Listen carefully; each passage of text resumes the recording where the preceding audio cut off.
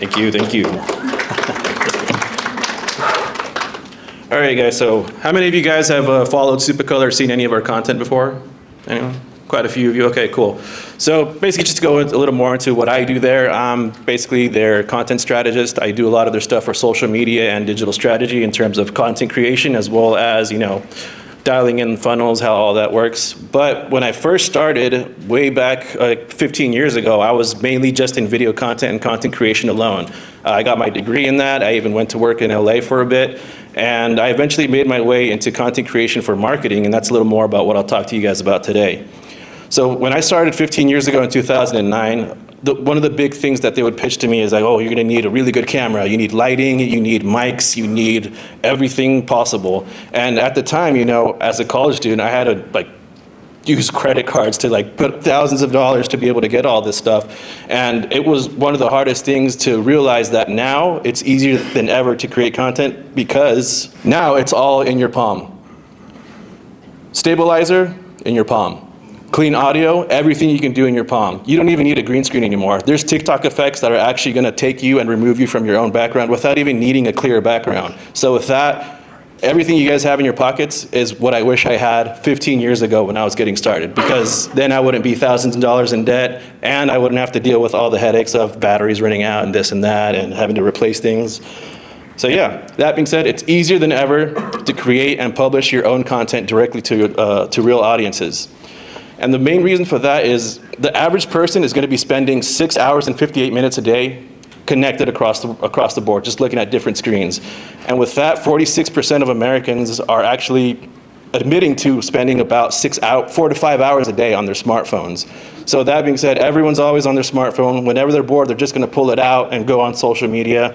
So that being said, all those people are now immediately more accessible than ever, because at the end of the day, everyone's on there now. But it's also more competitive than ever to keep eyes on your content. Because if you think about it, your social feed is going to be much more than just your competitors. I went a little ahead a bit, but the average human attention span as of 2022 has decreased to 8 seconds. That being said, the modern attention span, of kids on TikTok is way less than the average goldfish. Wow. So that being said, you want to make sure that you're catching people's attention right off the bat in order to stop things stop them to watch your content. Because at the end of the day, your content is going to be competing with more than just your competitors. Because anyone who has a social media, you're looking at your feed, you already know that immediately. You're not just looking at other ads of other people. People are looking at stuff about the war. They're looking at stuff about, celebrity scandals, the election. They're looking at last night's scores of multiple games. They're looking at thirst traps. They're looking at memes. They're looking at other ads that people are running. So at the end of the day, the last thing you need to worry about is your competitor's content, because when all that is going through the feed, you want to make sure that you're pulling up a compelling content that's going to make someone want to stop and watch your stuff, because you don't want to deal with any of that. So 3 to 5 seconds, that's how long you want to wait. That's how long you have to basically catch their attention because of that. You want to make them stop the doom scroll. So the first thing you want to ask yourself when you're creating a piece of content is, how should I get their attention locked with my content? So with that being said, ultimately you want to start off, before even creating the video, is asking yourself, what do I want this person to do after they watch this? Do you want them to subscribe? Do you want them to buy something? Are they meant to sign up to some kind of mailing list? Once you know what you want them to do by the end of the video, you're able to work backwards and actually get them to that point with what you're making. So one thing I really want to drive home for everyone that has been working for me for most of my career, especially right now, because of all the content that we're creating, is repurposing. So one thing that Gary Vee, if you guys are familiar with him, one thing that he always preaches is repurposing content. If you're able to create a long form piece of content, you're able to get hundreds of pieces of content out of that, whether it's audio or image or a video clip. All of that can equally be repurposed and posted wherever it will perform best. And what you can do is see what works, what doesn't work, and from there you can kind of dial those things in. So this is a content creation worksheet I created. If you guys want to pull out your phones, take a quick photo of it. And it's honestly what I think is the best way for you guys to move forward into creating content. So number one is you're going to be able to demonstrate who your target audience is. Who is it that you want to be targeting with this piece of content? Because, not just everyone is going to be watching it, but at the end of the day, you're going to want to determine who is actually going to be the person that's watching this. So the second bit is going to be the why of this content. Why are you creating this? Next bit is what is going to be your attention-grabbing cold open, and then what is your call to action? So call to action is, at the end of the day, subscribe, buy now, so on and so forth. Then going into what the goal runtime is going to be. So this is something that has honestly really, really helped me, because a huge mistake that I made early on is just, hey, we're going to turn the camera on, just talk. And that can lead to what? Like, you can have an hour of footage, you're not going to know what to do with it. So with that, if you kind of add a goal runtime, you can kind of give yourself a nice little space to be able to work with.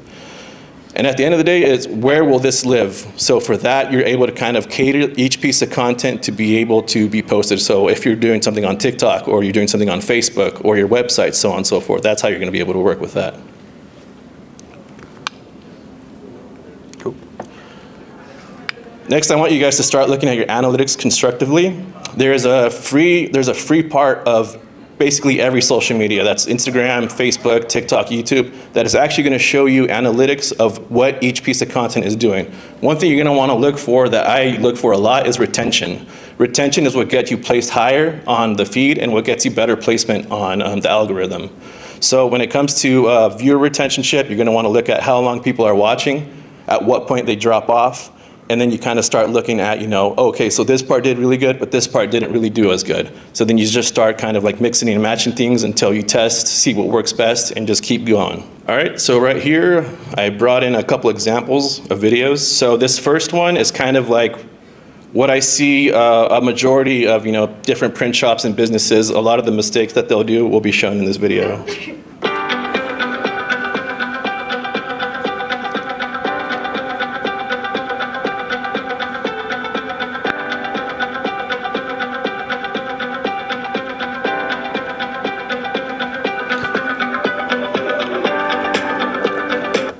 So at this point, people have probably already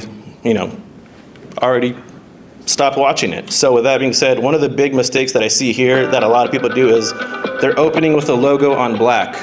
If you have 3 to 5 seconds to catch people's attention, and you're not Nike, Adidas, or Carhartt, or any kind of brand that people already connect with and know and like, then they're not gonna have a reason to watch your video.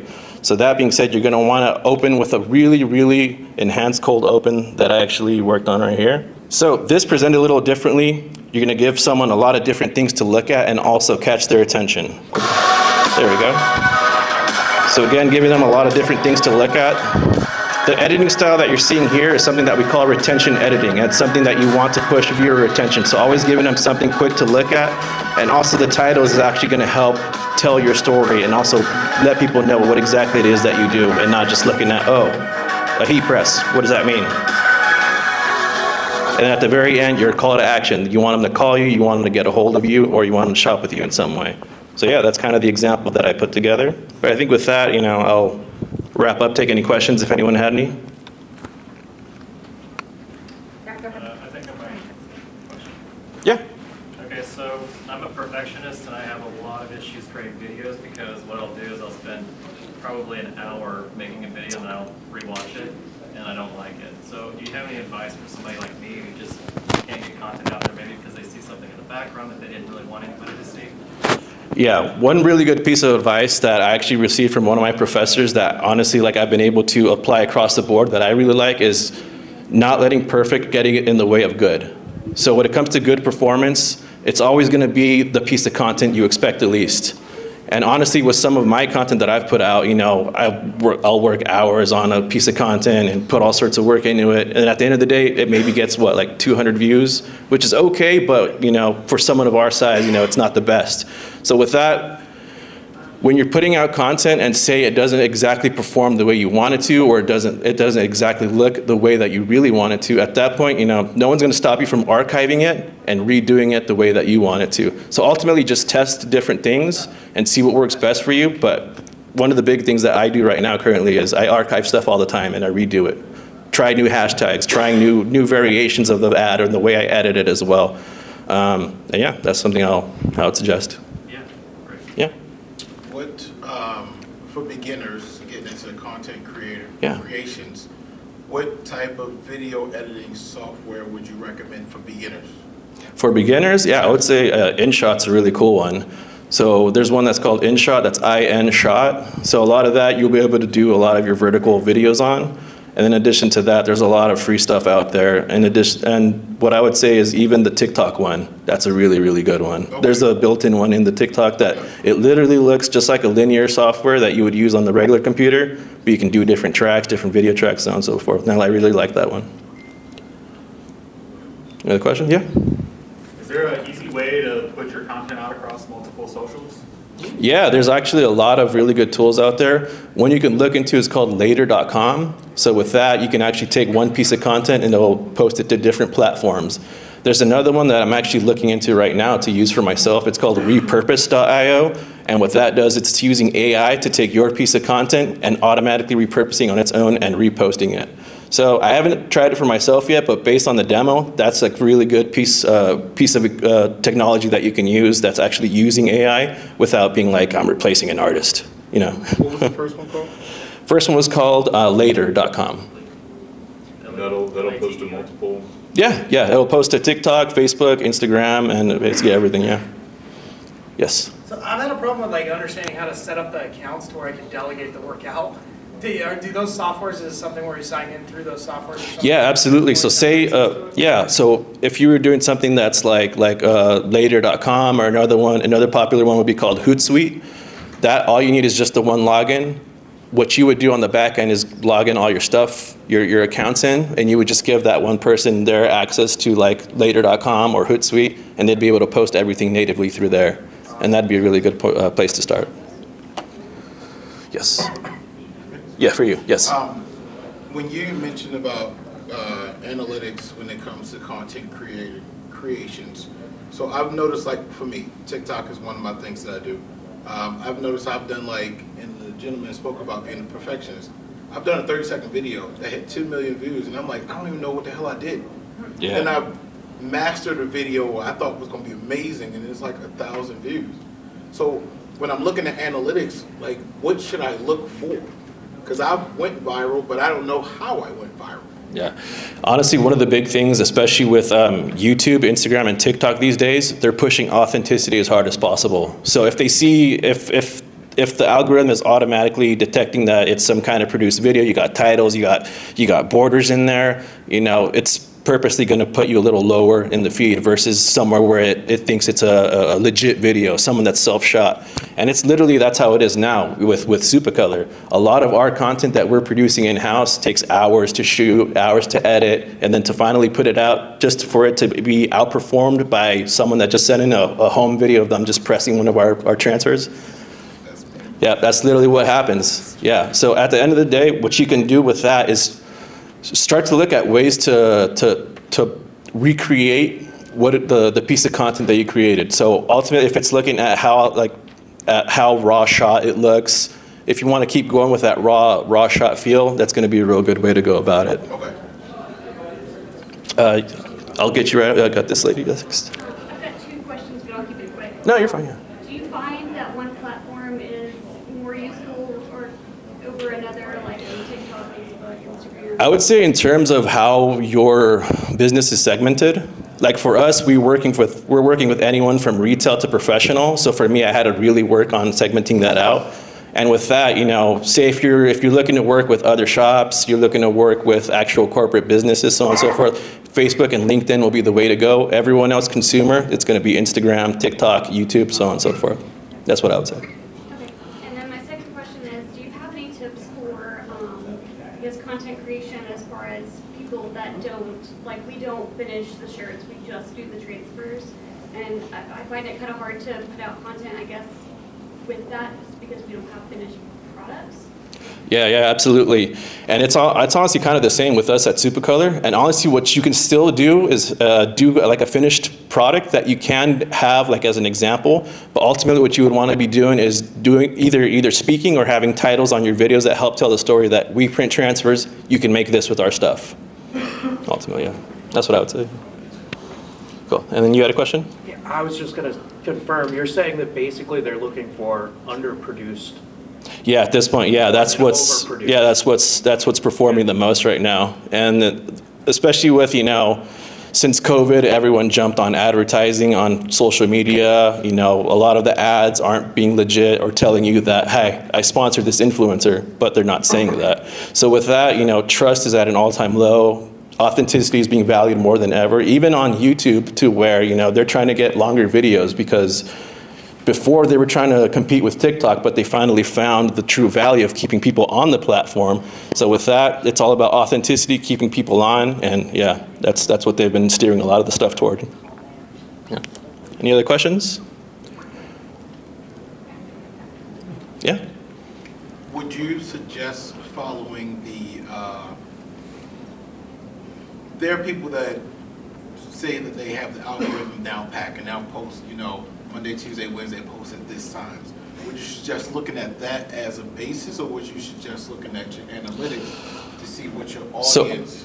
So with that, you know, there are best practices. People will say, hey, you don't want to send an email on a Monday, things like that. But honestly, what it comes down to is how your stuff is performing and what you see. Like in Instagram and TikTok, you can actually look at when your followers are active the most, and it'll actually give you a spike of that. So generally for us, you know, we're looking at weekdays between 12 and 3. That's what my analytics show me. So moving forward, that's what I've been basing it off of, is whenever I post between noon and 3, that's been our best performing content. And I'll even test that as well, where I'll just post like a random square image at 7 p.m., doesn't do as well, and I'm like, okay, cool, now I know. Cool. Yes? Was it your dad that was interviewed on the DTF podcast? My dad? Yeah. No. Oh, okay. Yeah. And how did you get on the radar of Supercolor? Like, were you putting out content? So for me, how I got on the radar, I initially got hired just as a social media manager. You know, I've been in the printing industry for quite a bit now. Before that, I was in the DTG world, and that's kind of how they met me, pretty much. But yeah, my dad doesn't do DTF printing, but he makes a mean burrito. My question is, like, what kind of content were you creating before you got put on Supercolor? Yeah, so a lot of I was making mostly educational tutorials. So before that, it was really mostly just step-by-step stuff with really minimal work on the marketing side. But once I got more into it, like between my years, between DTG and coming on to Supercolor, that's when people kind of started noticing, because I was working with different companies in the industry, doing a lot of content for them in terms of promotional videos, connecting them with influencers, and doing influencer type content as well. Yeah. Any other questions? Yes. As I'm looking to hire people, like, is it realistic to get like a content creator or a manager that can do every aspect of it, or is that not normally how it's done, where they're actually filming, they're chopping up the footage, they're posting it, they're looking at the analytics, and then reporting back on it? That's a really good question. And honestly, when I was first starting, it was like either one or the other. You could either have one person doing social media and one person doing video and one person doing copywriting. But now it's up to the point to where a lot of people are becoming well-versed across the board in creating their own content, managing social media. So it shouldn't be too hard for you to find someone who already does social media and creates the content already. So yeah, it's not too far-fetched, but as far as, say, if you're looking for, you know, someone that can build your social media but also produce, you know, a Inception type movie, it'll be a little harder. Well, I think what I'm worried about is like understanding, because I don't know enough about it, so when I hire somebody, it's kind of like, you know, I know what I'm learning, but I hope they can be an expert at it. So as far as, like you said, doing tests, A/B testing, or seeing what performs. Yeah, seeing what works, what doesn't work. That's honestly what's going to help you succeed in terms of content creation. And also, when you're working with someone, like say you hire someone to bring them on, you're going to notice right away whether or not the content that you're producing is going to be coming up in results in terms of generating leads or sales. You'll almost notice, like, almost immediately. Cool. Yes? Would you, as a content creator yourself and a manager now, would you suggest a company hiring an influencer, or would you suggest a company just having a raw customer review content? Because I've done both. And for me, the influencers that I've paid, I don't think I would go down that door. Yeah, and that's one big thing that I've experienced as well, is, you know, maybe 5, 6 years ago, you can give an influencer some money to pay you a shout out, or give you a shout out, and then you'll maybe get some conversions in terms of followers, maybe some sales, maybe some subscribers. But it's at the point now where influencers they're influencing so much that you're one of 5 names they're dropping that day. So with that, yeah, and in the same video. So because of that, people are just gonna hear you like, whatever, this guy's gonna make money off of that. So because of that, one of the big things that have been succeeding for me personally is user-generated content. So ultimately that is turning your best customers into your biggest evangelists. So that's gonna be a real huge way to go about creating content that not only looks authentic, but converts as well. It's using your own customers and your best ones at that. So you're saying not paid UGC creators, but your actual customers? You can get some UGC stuff created. I'm just saying be a little more careful when it comes to working with influencers, especially if they're a big name and they're affiliated with a bunch of other brands. So yeah, that's ultimately where it gets a little discombobulated, is you're one of 7 other brands that they dropped and you're in the middle of 3 other links. So that's where it gets a little harder for people to convert. But if you're using, one of your customers, you're doing a small micro influencer, say they only have like 500 to 1,000 followers, you're probably going to get 500 to 1,000 more serious eyes than someone that has 373,000 eyes, just like, okay, yeah, whatever. Cool. Any other questions? Sergio, I think one right here in the front. Oh, yes. As someone who doesn't really do social media, any resources I can use to kind of help me know what I'm doing? Yeah, absolutely. There's plenty of blogs out there. There's a good newsletter that I have out there. Let me pull it up right here. I can't think of the name of it right now. But I want to say it's Social Media Daily. But there's I think it's Social Media Daily.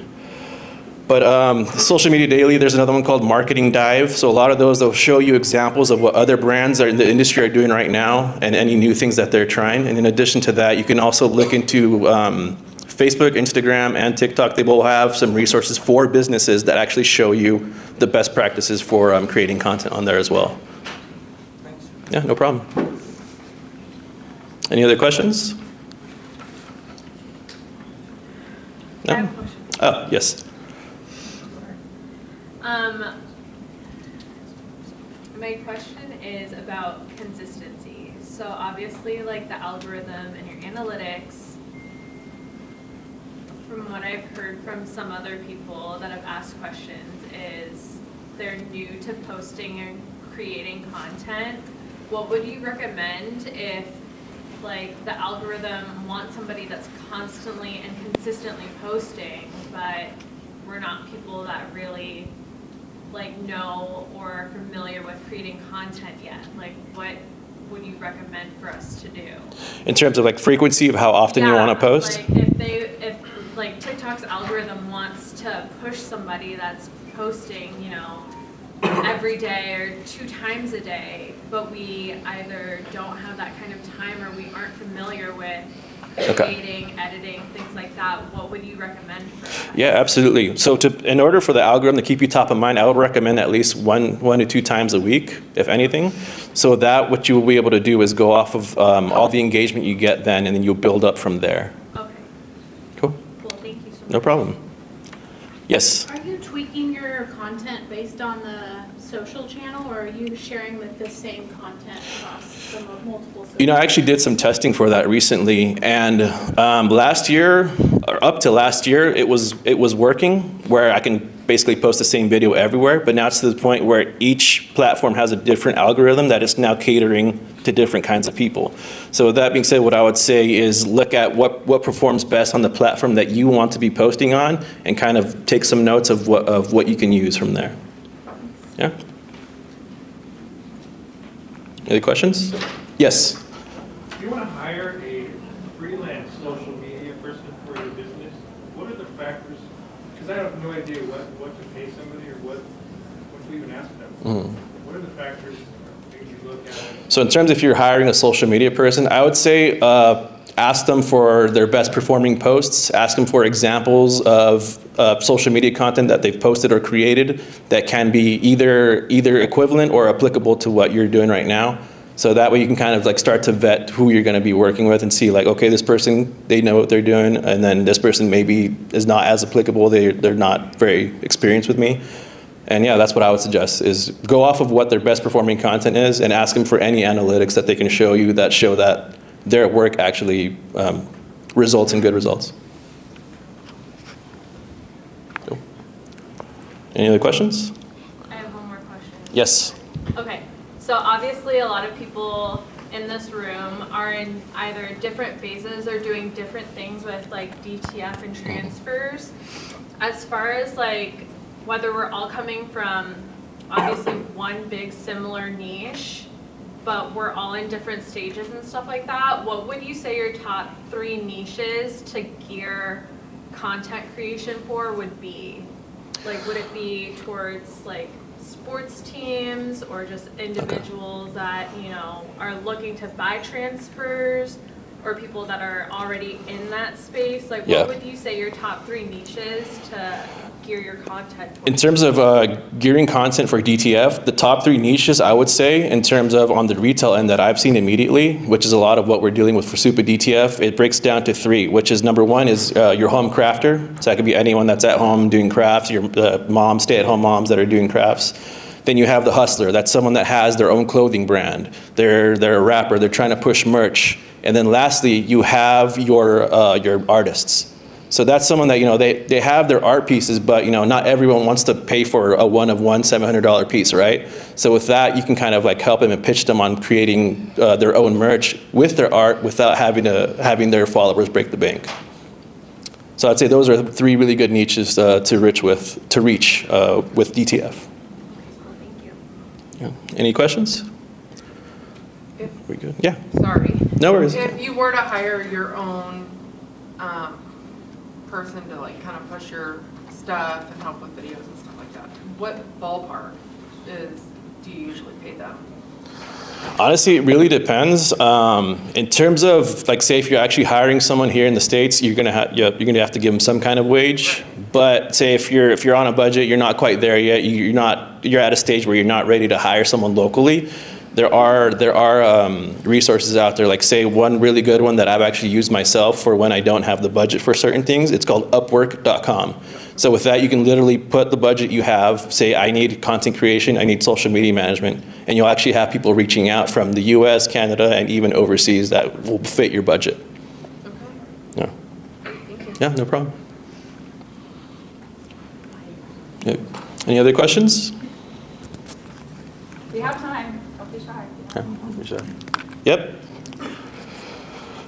You had mentioned in the beginning of your seminar, you mentioned Gary Vee. Is there any other influencers that everybody here should probably watch to get some more of that information? Because Gary Vee's great, but who else might you watch? As far as me, I would start to look at some of the t-shirt influencers in this space as well. Not for their content, but basically based on the content that they're putting out, especially on social media. A lot of their stuff is gearing people to drive more back to their channel. So with that, you can get a lot of those techniques and gear that toward not pushing it to a channel, but more so to your business to sell. And that's what I would say. Yeah. Any other questions? Good. All right. Yeah. Thank you.